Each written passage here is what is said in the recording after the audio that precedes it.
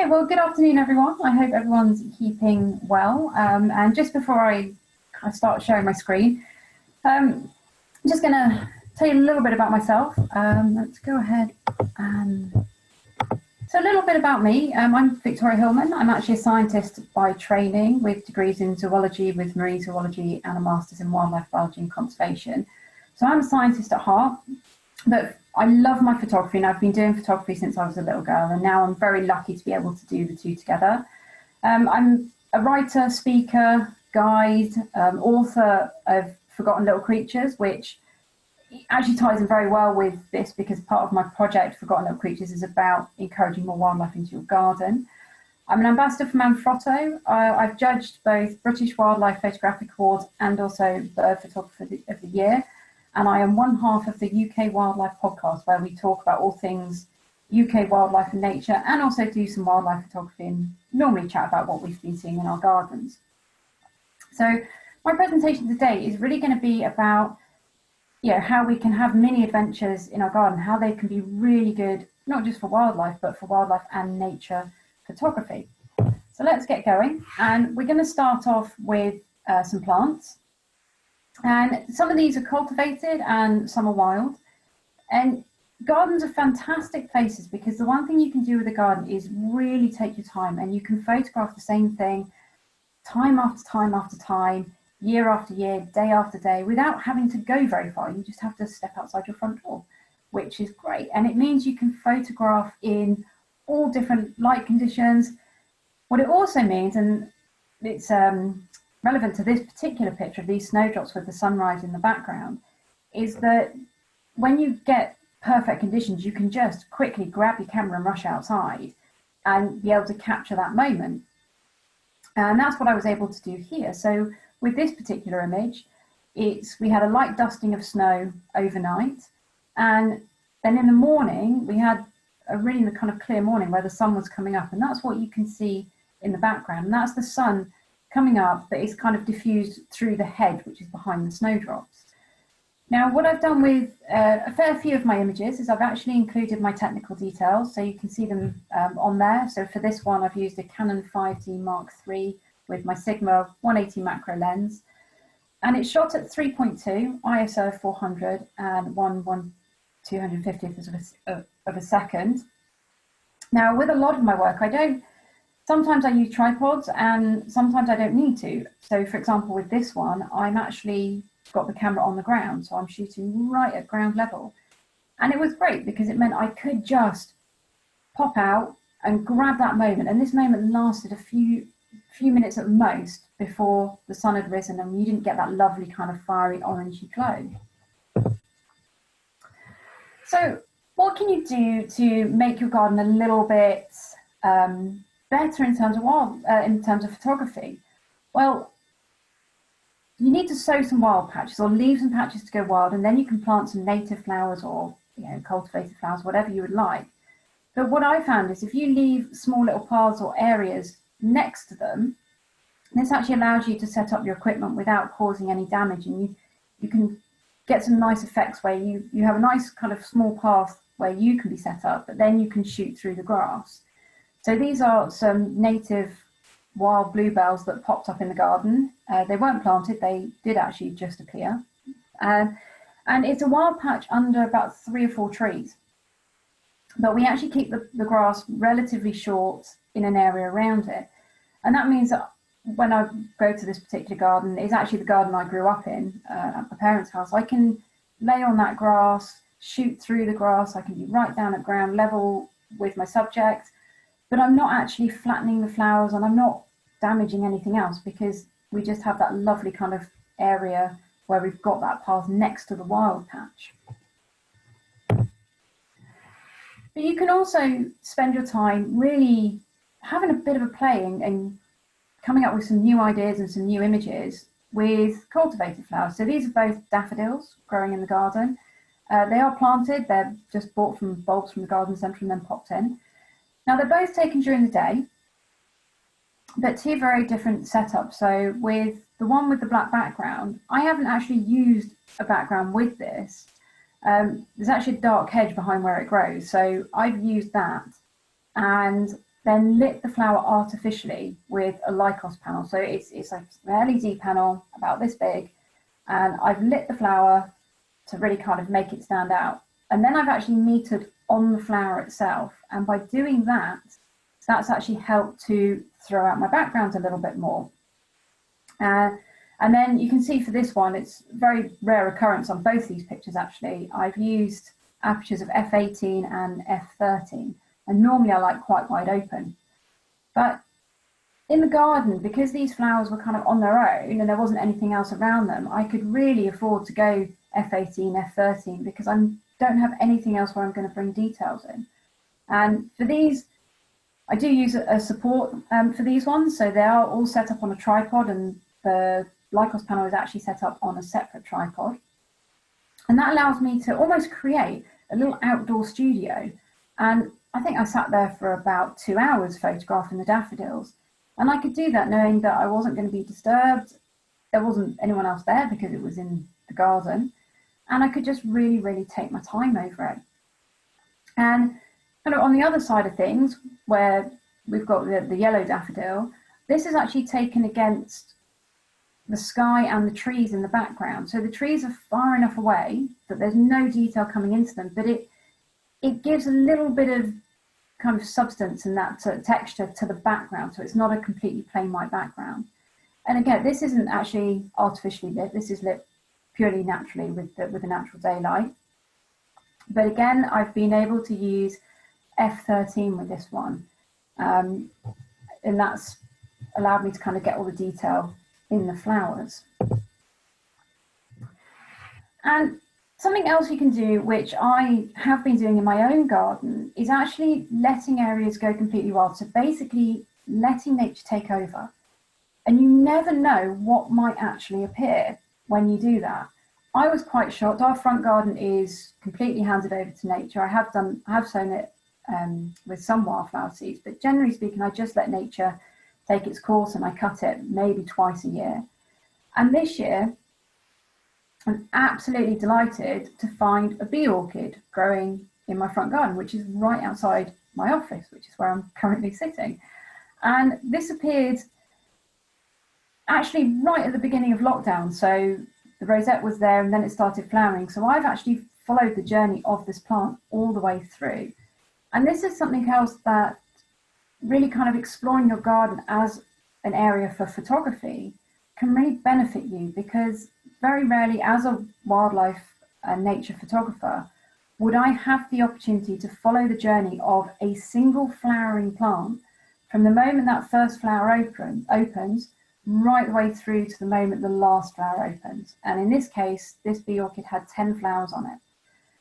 But because I was here and it is right outside my front door, it meant that I could follow the whole journey. So this became a little mini project. And within this project, it actually really kind of pushed my creativity, because as you can see with the image where you've just got 3 flowers open, I've got quite relatively clean background. I've not really got much else growing up around it. By the time we get to more flowers opening, and certainly by the time all 10 flowers had opened, everything else had grown up around it. So it really made me think outside the box about how I could capture that, but incorporate some of the habitat as well. And it really kind of made me think a little bit differently how I could photograph it. And the one thing I did with this was to actually photograph it all with the same equipment. So everything was shot with my 5D Mark III and 100mm macro, and that's it. Same equipment, but different times of day. And this is the other thing, I could pop out, do 5-10 minutes of photography in the morning, come back, spend the day working in my office, and then go out in the afternoon and do another 5-10 minutes in the afternoon. And that's it's an absolutely fantastic thing to be able to do, because you can come back in, have a look at the pictures, think, oh, is there anything else I can change, anything else I can experiment with, and then go back outside again. And it was a massive surprise to me to have a bee orchid growing in the front garden, and I'm keeping everything crossed that I get more growing next year, and maybe something else as well, you never know. So tips for improving your garden for wildlife. leave wild areas if you can. Now, I appreciate your gardens come in all shapes and sizes. We only have a small garden. We have a front garden and a back garden. And we have left areas like the whole front garden has been left wild, and there is actually paths around it. So that's not too bad. But you can also plant a mix of wildflowers. We have lots of native wildflowers in this country, and you can actually buy the bulbs, for example, the snake's head fritillary, or the wildflower seed mixes, or the wildflower and grass seed mixes are actually a really good combination. And as they start to mature, you might not get much in your first year, but maybe in the second year, you start to see things like crickets coming into play. And that's what you can see just peeking its head up here on this daisy. It's a dark bush cricket nymph. Now, when we first moved into our garden, we had grass and decking. There was virtually no wildlife. And now we have 2 species of grasshopper, 2 species of cricket, several species of spider. We have bees, we have butterflies, we have ants, frogs, toads, you name it. We have so much coming into the garden because we've left areas for it. Now, when it comes to photography, it's great because you can actually then almost landscape your garden to be able to use it for wildlife photography. Now, the one thing you can do with your garden, which is fantastic and will bring in a whole range of different wildlife, is actually put a pond in. Now, again, we only have a little small one, and it can even be a little tray of water, somewhere that invertebrates such as wasps can come and drink. And it's great because you can get damselflies, dragonflies, if it's big enough, frogs, newts, toads, and then various flies. We have wasps, occasionally have a hornet come in, and they will really utilize that. But it's not just the invertebrates. So I am predominantly a macro photographer, but it's not just the invertebrates you get in the garden. But that's where you need to start. You need to start with your plants. They will attract in the invertebrates, and then you can feed the birds, and having the invertebrates in the garden will actually bring in the birds as well. So you're kind of basically providing a food source for them. But it gives you a chance to really work on your photography in your own time with no pressures. And it's taken me probably 3 or 4 years to get a really good picture that I'm happy with of a wasp drinking at the pond, because they're quite skittish, and when you get close to them, they tend to fly away. But this one was quite willing. And I was able to get the camera right down to kind of pond level, water level, and actually just photograph at eye level with the wasp. But by doing it in the garden, it meant that I just had that time. I could go out when the weather conditions were just right, when it wasn't too windy, when it was sunny, when I knew they were there, rather than traveling somewhere and then maybe not finding anything.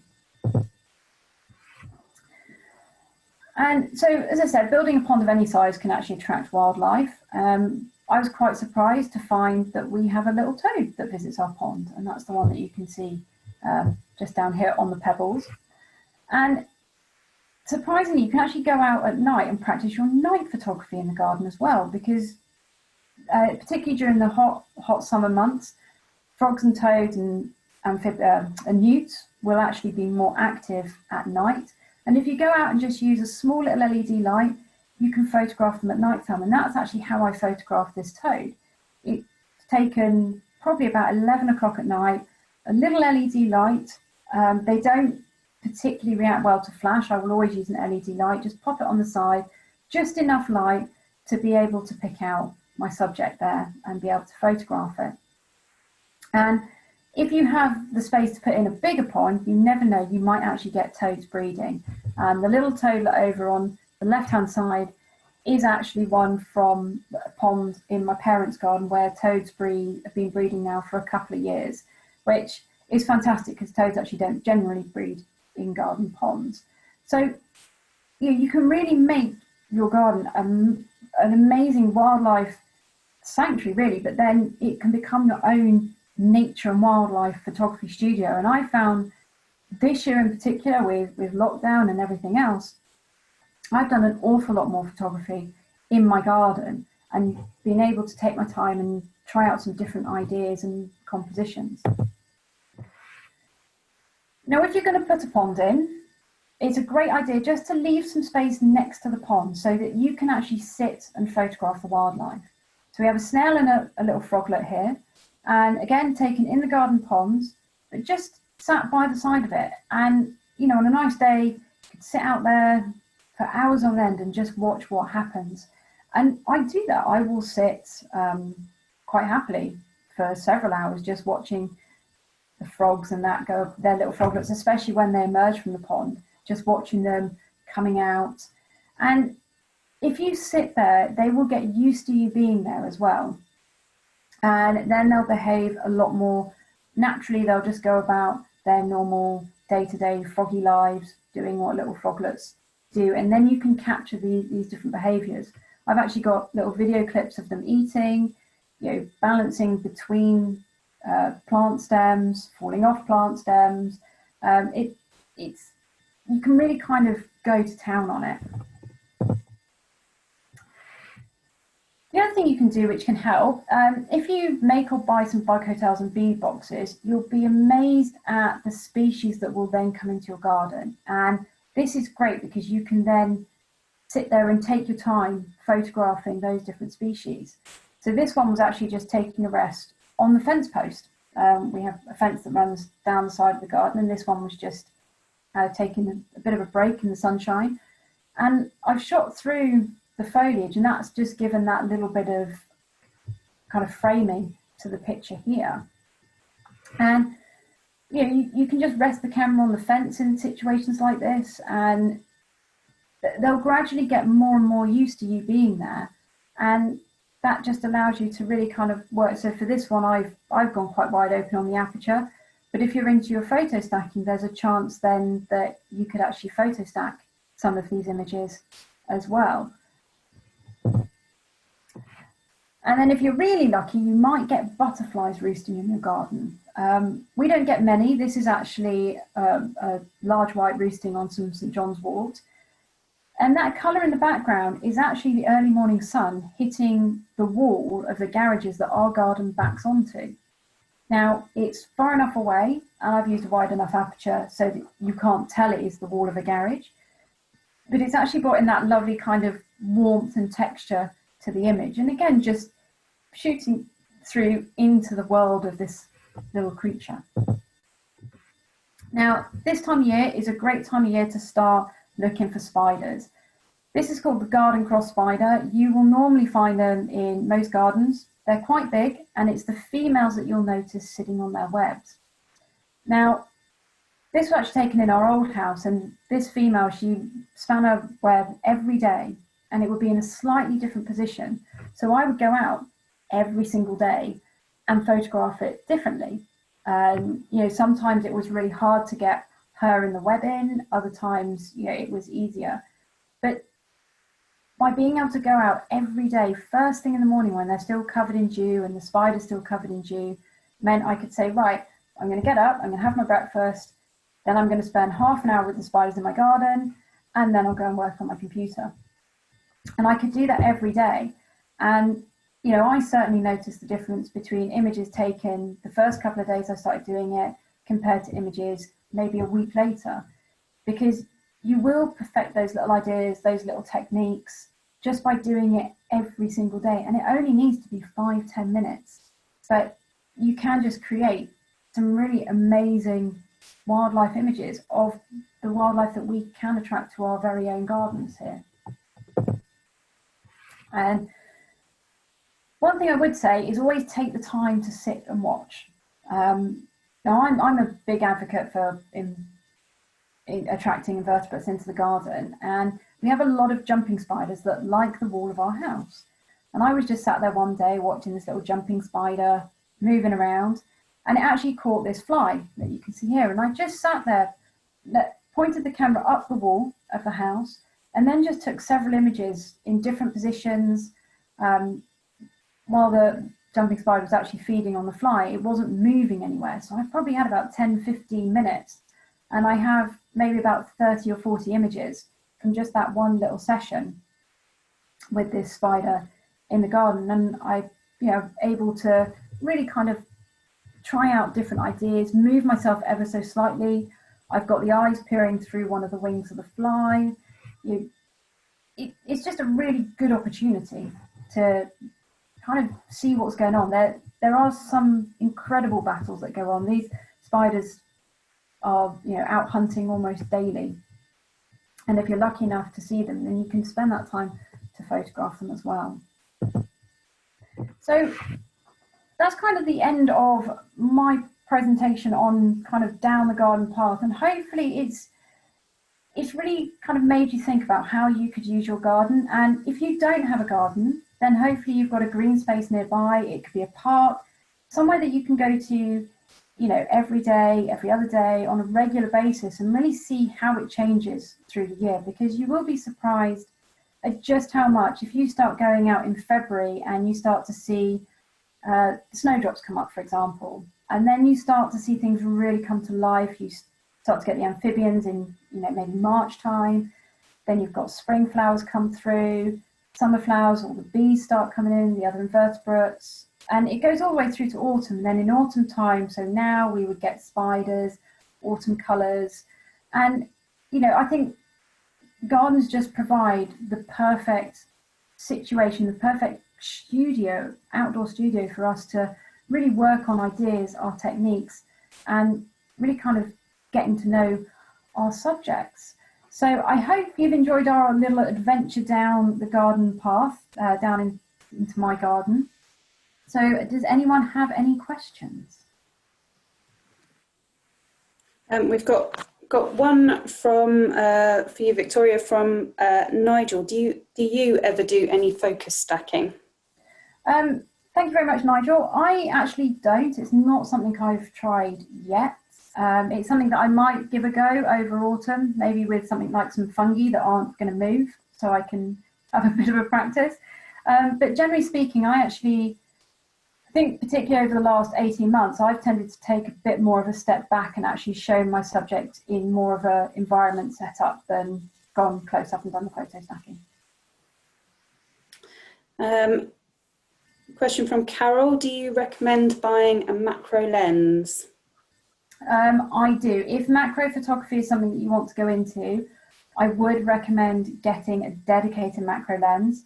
Now, they come in all manner of kind of focal lengths, and depending on what setup you use, around about 100mm is a really good kind of all-purpose lens. I do use my 100mm a lot.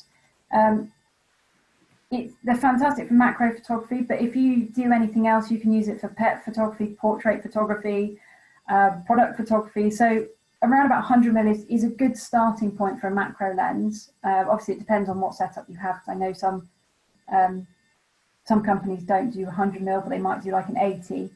But I would definitely recommend that, getting a dedicated macro lens, because you'll get that ability to open up the aperture, and you'll also get that 1-to-1 ratio as well, which is important for macro photography. And the beauty with the macro lens is you can actually focus closer. So with plant photography, for example, you can be, a lot of them, within 30 centimetres of your subject. Thank you. Stephen says, do you edit your images a lot? Thank you very much, Stephen. I do very little editing with my images, actually. I do edit them, they do get processed through Lightroom, but to be honest with you, a lot of my editing revolves around straightening my images, because although I think I'm completely level when I'm taking them, quite often I'm not, and they come out a bit skew-if. So I will straighten them, maybe crop them slightly, and then probably just lift shadows slightly if I need to, and a little bit of cleaning work if I've got water droplets on the lens. So there's actually very little processing that goes on in my work. Someone has asked, when you say you photographed the spider early in the morning, how early do you mean? So the one in the dewdrop web, that was probably about 9 o'clock in the morning, half nine in the morning. So we're not talking super early, and they were actually photographed at the back end of September. So, if I'm going to go out in the summer, I might be out at 5 o'clock in the morning. But now coming into autumn time, end of September, October time, you can be photographing them at 9 o'clock in the morning. it's fine. It's not that early. What's the best way to achieve the out of focus background and foreground look to help isolate the subject? Okay, so what I tend to do is my focus point will always be on my subject, and I do a mix of kind of autofocus and manual focus depending on what I'm photographing. Plants, predominantly, it's manual focus, but with the frogs, quite often I'll autofocus. And I actually tend to use quite a wide open aperture, so most of the time I'm shooting about 2.8, 3.5, and to get the blur in the foreground, it's basically, if you imagine having your subject here and your lens here, so you're kind of, say that's your minimum focusing distance, it's having something right up close to the front of the lens that the lens can't focus on, so it will come out as a blur. And you can actually use that to then frame your subject. And in terms of getting the out of focus background, it's a lot of it is actually having that background far enough away from your subject so that it won't actually come into focus. If it's a long way in the distance, it'll bring in some kind of textures and patterns and colours, but not necessarily any detail. And that's where using a wide open aperture will also come into play. So anything around 2.8, 3.5, it does mean that you won't get the detail coming into the background. And what percentage of your macro shots are handheld? Susan's trying to determine whether it's worth setting up a tripod. Right now, more or less 100% are done on a tripod or laid on the ground. It's probably, the majority of the macro stuff is probably done actually with the camera resting on the ground. So, or maybe on a beanbag on the ground, so it's not necessarily on a tripod. So it's probably about 50-50 handheld and supported, if I'm honest. I think a lot of it depends on what level you're going to be photographing at. So a lot of the stuff that I photograph, I tend to be lying on the ground with my subject. So I've got the ground there for support, so don't really need additional support. If I'm doing flowers, then I will tend to use a support, like just put my camera on a tripod, and that allows me to just take my time and compose it. If I'm in the field, I handhold a lot more than if I'm doing garden photography. Okay, there've been a couple of questions that are not directly related to photography. Around the design of your garden, how did you design your garden? Did you maximise the light? Did you consider the backgrounds? So with the garden where I live, the garden itself has actually been designed to maximise different habitats for wildlife. It's actually being created for wildlife, not necessarily from a photographic point of view. So when we moved in, we had the grass and the decking. The first thing I did was actually build a pond, because I have a bit of an obsession and love for frogs, and I knew there were frogs in the garden, so I wanted to build that. So the pond actually went in first, and it wasn't until this year we removed our decking, so we just didn't have the opportunity to do it. Now we've removed the decking, we've actually created an area with a wildflower strip where the decking was. I put a little rock garden in, and it's placing different things in relation to where the light comes. So it's kind of mainly done for wildlife, but I do think about the light as well, where we get the light, where's the best place to plant things. And we do have an area of grass now that goes up to the pond and the wildflower patch, which is kept relatively short, and that's kind of where I can lay and do all my photography. Okay, and we've got time for one more. Just to mention, anybody who's asked a question after this one, we will take a note of them, and Victoria is happy to answer them over the next few days, and we'll post them on social, if that's okay with you, Victoria. Yep, that's absolutely no problem at all. So last question, my macro is a 60mm lens, albeit on a crop sensor. Can I use extension tubes? You can. What you might find is you will have to manually focus with your extension tubes. So I do have extension tubes that I use as well. Depending on what the setup is and the extension tubes you get, generally speaking, you'll find you need to manually focus rather than autofocus with them. But yes, there's no reason you shouldn't be able to. Lovely. Thank you so much, Victoria. That's been a fantastic presentation. I've certainly learned a lot about what I could do with my garden, and what I could shoot in my garden as well. So thank you very much for that. As I say, all other questions we'll send over to Victoria, and we'll try and get something out on social next week, just covering those. But thank you very much. Thank you very much. Take care, everyone.